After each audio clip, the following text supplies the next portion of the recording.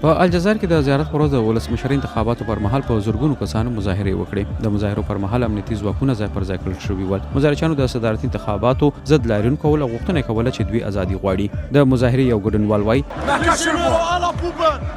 موږ انتخابات نه غواړو، دوی غله دي، دا د غلو ډله ده.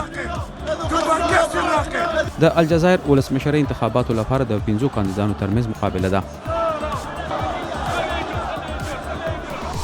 په نایجیریا کې وسوالو په یو برید کې 1 فوجیان وژلي دي. د نایجیریا د فوج وایان ویلي دي چې د هیواد په لرې پرته سیمه کې وسوالو د فوجیانو پر یو کمپ برید وکړ چې پکې 1 سرتیري وژل شوي دي. دا په نایجیریا کې یو له خونړیو بریدونو دي چې جهادي ډلو کړي دي. په نایجیریا کې له 2012 کال راهیسې ناقراري ده او ځای وسلوالې ډلې داعش او القاعده په مرسته بریدونه کوي.